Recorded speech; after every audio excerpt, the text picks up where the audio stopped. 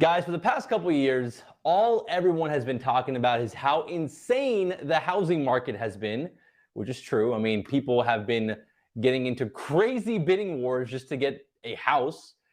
And the housing market seems to have cooled off a bit, though, lately because of rising interest rates. The Fed is raising rates, which raises mortgage rates prices, and that resulted in the housing market cooling off a bit. But now the rental market is heating up. It's just expensive to live, you know what I'm saying? Rent prices are up more than 20 to 30% year over year in many cities in America. That's just 20 to 30% increase within the last year, which is crazy. And there's some people now that are getting into bidding wars for rental units. Like they're offering landlords more money than is listed, which I didn't even know you could do, just so they can lock down the unit compared to somebody else. And that's one reason leading to increase in rental prices. The other thing is there's some people who sold their houses at the top and now are not wanting to get back into the housing market until the prices come back down. So they're going to need a place to live, and they're going to be renting as well. So that's also driving up demand for rentals. It's all leading to just extremely high prices in rent prices. There's a graph right there. I mean, like I said earlier, it's just the cost of living just to have a roof over your head is getting insane. First it was buying a house, now it's renting. I mean, what do you guys think about all this? I feel incredibly grateful that I signed my 2-year lease at my COVID rate when I did, which was just like 6 months ago. Nice. And yeah, I know I just miss like this time right now. I mean, New York City has always been difficult, but even friends of mine I'm seeing on Instagram and social media saying that there's 70 people at a new apartment viewing, 70 for an apartment in New York, and then or that apartments are going away the day that they're listed, and it's just like it's mad out there. So that's how I feel about it. It feels like just a stressful time for anyone that has to move or change their homes. Can't imagine. I saw TikTok, Zaid and Nicole, about someone on the apartment hunt search, and they're looking at an apartment that wasn't the craziest apartment. That was the range, was a 2-bedroom, ranged at like $8,000, which would have not normally be priced at. And they also looked at another, I think it was a 2-bedroom with a terrace, and that was $12,000. My God.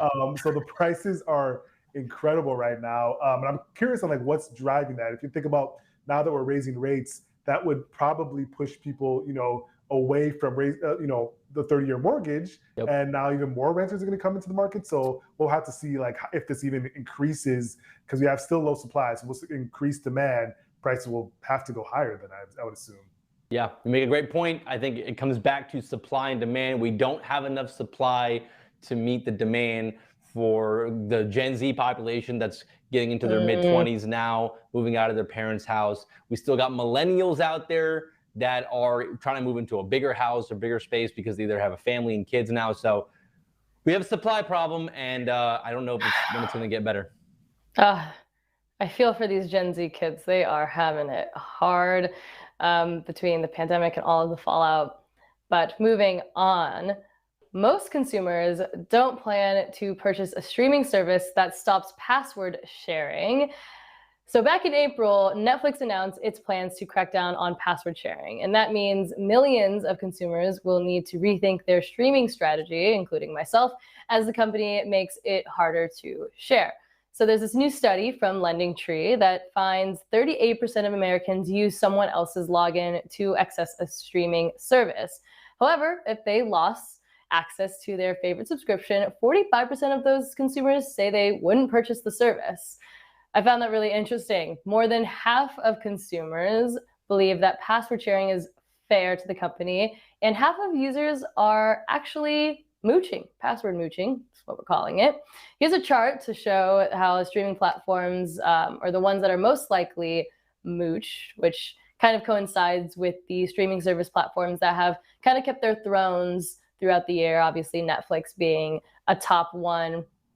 But I don't know about you guys, but I concur with the 45% of consumers saying they wouldn't purchase the service if the password sharing ended. I know I wouldn't want to, and probably couldn't afford to or it just would be dumb to do it, to single purchase every single one of those subscriptions for all of the streaming services. I would definitely like pick and choose a couple of my favorites. But what say you?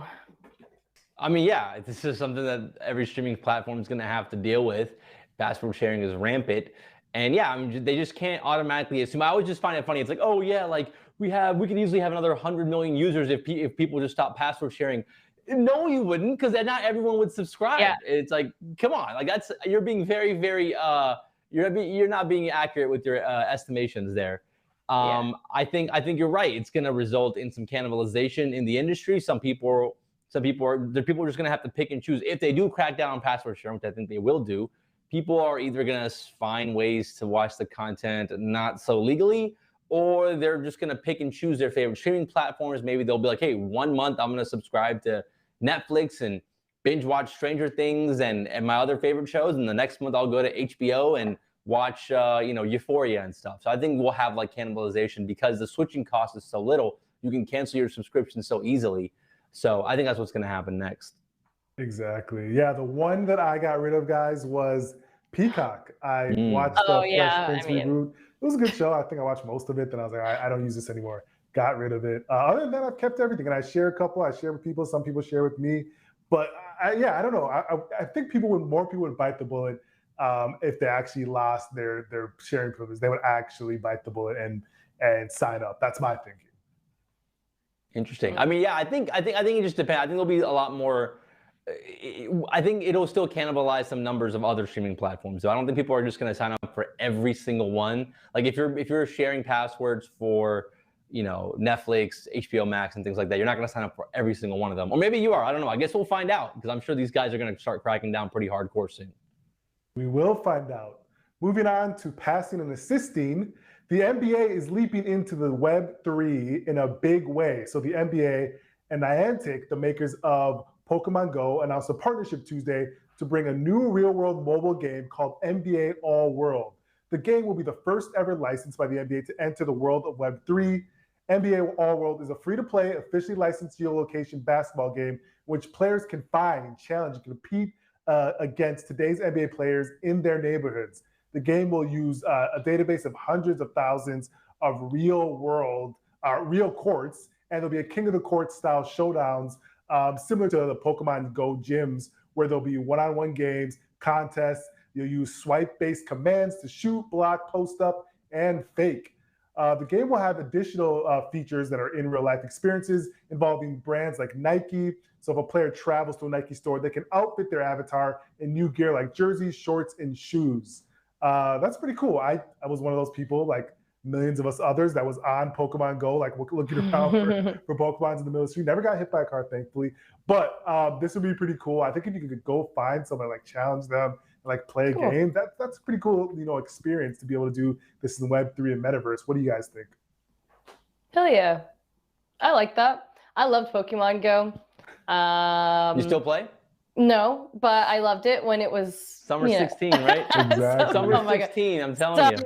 Summer 16 was it. I used to go to, I was still in college, like finishing out college. I would go on my campus and just collect all the stops and do the thing. And there'd be a bunch of other people. It was like a community. Like people were also on their phones, like going to the spots to collect Pokeballs and all the things. But it makes sense to bring this into the NBA realm and have some fun in that. I dig it. I could see like the Pokemon Go strategy entering Metaverse and hitting other industries that make sense. Yeah, no, I love it. I remember the Pokemon Go era. It was awesome. If they can bring it to the NBA fans are very, very loyal, very, very they love the NBA, and if they can make some sort of game around it like Pokemon Go, I think it'd be a big hit. I'd probably try it out for sure. Mm-hmm. So they can catch like their favorite NBA players in a Pokeball, and then I don't know if it's gonna be like that, but yeah, I think just the concept of like AR and like gaming, like in real life. There's like, you can kind of figure out that component. Yeah. It gets people to go out. I think it can also be good for the economy. Like people are going to go out and go to shops and things like that. Like I think there's such interesting components there. So I'm hoping they make a good game around it. Exactly right. That merger is still happening, and I think it's a good thing. Speaking of which, speaking of the metaverse, Nicole, what is coming up next?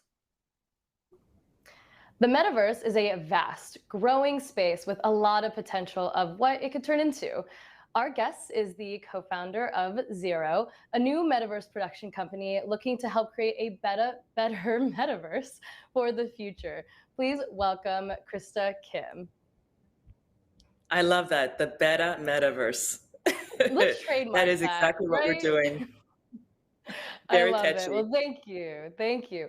I came up with it by myself. Well, to start, can you please explain what your project is to our audience and just help us understand a little bit more? Well, I started this journey since 2014 in really understanding human consciousness and digital technology.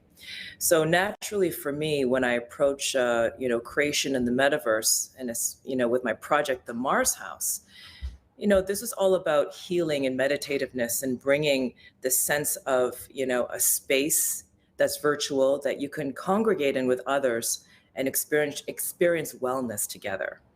And I want to bring those concepts into a greater paradigm, into the greater metaverse. And that's why I started this company with Peter Martin, my co-founder, who's been in the space for over 20 years and producing AR, VR productions as a director. So our ethos is really to bring humanity, uplifting humanity through immersive experiences of education, wellness, health in the metaverse that is truly at the highest level of artistic creation and production.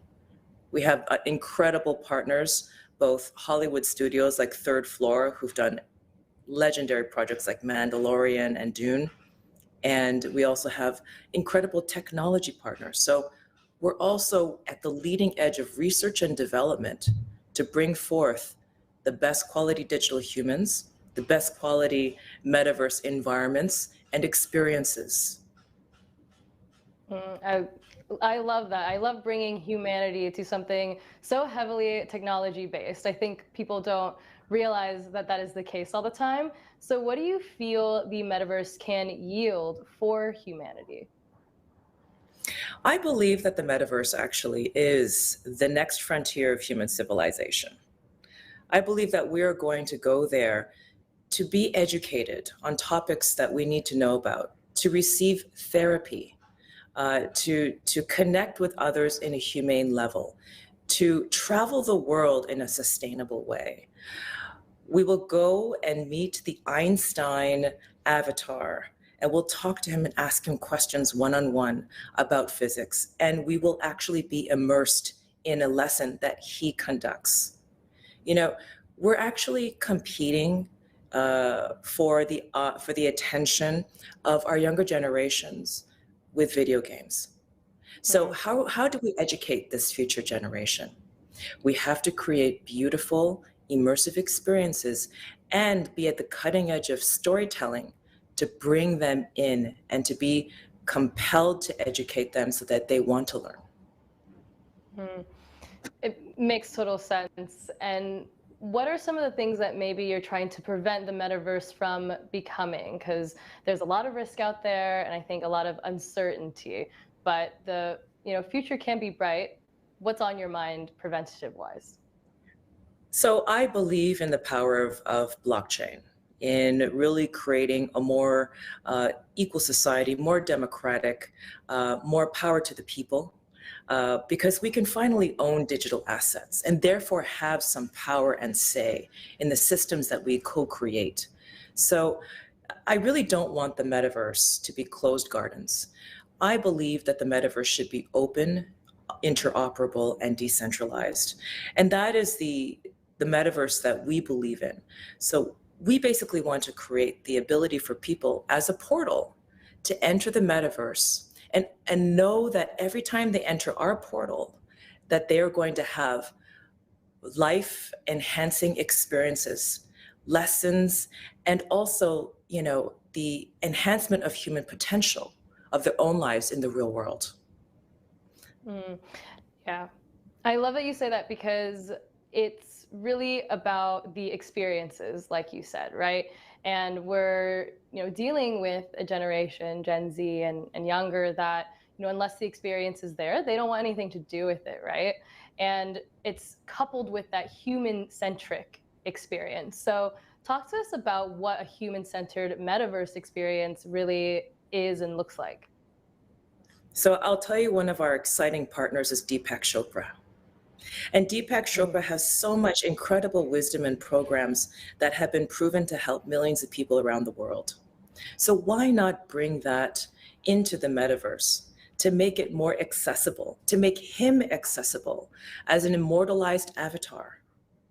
I mean, when people go into the metaverse, they will be sitting one-on-one with avatars and receiving knowledge and therapies and actual healthcare.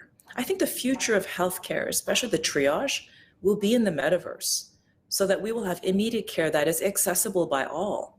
And we have doctors that are actually plugged into the metaverse to treat their patients. I think our avatars will be our digital twin that will actually show us the progress of our health. We can actually monitor how treatments are actually improving the state of the health of our avatars. So we can actually enhance human life using this technology in all these different areas, instead of just creating a shopping mall. I think that the metaverse should be more than just retail, more than just hyper consumerism. It should be a place where we want to spend our time that actually makes us feel good. Mm-hmm. And it was a place that, unlike some of the things in the Web 2 world, especially social media, that has ridden with the anxieties around, likes and only making our physical skin look good, and maybe in a way that doesn't even really match our true identities, right? But with the metaverse, you have more autonomy to fuel your identity in the way that is most authentic to yourself. So that makes a lot of sense to me. What are some of the other assumptions people are getting wrong about the metaverse that you try to maybe debunk or just try to work through with folks? I think a lot of people only know what they see. And so far we see the first generation of metaverse platforms that are great. They're fun. They're gaming platforms, but mostly for children. Sandbox, Decentraland, these are great platforms that have really pioneered the metaverse. But we believe that the future of the metaverse is an adult metaverse where adults actually want to spend time and interact with one another. And they actually can engage in commerce and have an actual job in the metaverse where you can actually provide services to other people in beautiful immersive experiences that are healthy for us, right? So I think that right now people only understand the metaverse to be a gaming platform where you buy land, but I don't know if that's really a healthy way to view the metaverse, and I don't think it's sustainable. What's sustainable, however, is building robust communities. Communities and creating experiences, an experience economy. Mm-hmm. Yeah, I'd be curious, how do you maybe talk with folks that are more reluctant, that maybe hear some of these, things that could be helpful to humanity and definitely will be in the future, but maybe are a little bit more skeptical, or maybe like, I'm scared to live my life, in a metaverse. I'd just be curious, what's your advice? That's a really valid point. And I'm a mother of 2 teenagers. My children are 14 and 12, and they taught me everything I know about the metaverse through their gaming platforms on Roblox and Minecraft. So I have concerns also about future generations, and I don't want them to be sucked into a platform 24 hours a day in escapism mode. What I do want is for them to have meaningful interactions in the metaverse, whether they're meeting with their friends for a guided meditation, or they're touring the pyramids, or they're actually gaining some real education and it's fun. So I think that we don't need to convince people. We just have to create really incredible content and immersive experiences that inspire people to come. I mean, if you're offering meta therapies, right? We're collaborating with UCSF to bring therapies into the metaverse for young people. we have a crisis right now. And if we can have, an affordable, accessible, AI driven metaverse program to alleviate, anxiety and depression and loneliness, then that needs no convincing. I think people will take on to that because it actually is utility that adds value. And I believe that health and wellness and education are going to be the way to bring the world into the metaverse, not just Web3 community. I love that. I agree. I think if we can bring these human-centric and human elements and wellness into the metaverse, then we have a real future here. Krista, thank you so much for joining us. Okay, last question for you. Behind you, the background, is this art of yours, or feel free to explain it to us because I've been staring at it this whole time. Oh, thank you so much. This is my artwork, and I created this piece in 2017. This is an artwork that's printed on Plexi. Before NFTs, as a digital artist, I used to find it very, very challenging to just sell a digital file as an artwork. So I would print it onto really high-end Plexi that's non-reflective. And so this is the result. There's no lighting in the back. It looks like it's illuminated, but it's incredible how the pigments catch light and how there's depth in the artwork. I still do create these prints, and I'm going to be creating an NFT, a drop with the digital and physical. I love it. It's very zen, very calming. Thank you so much, Krista, for joining us and sharing all of your insight. It has been super helpful and such a pleasure. Thank you. Such a pleasure. Thank you. All right, that does it for our show today, guys. Be sure to like, comment, and subscribe, and hit that notification bell. We'll see you tomorrow.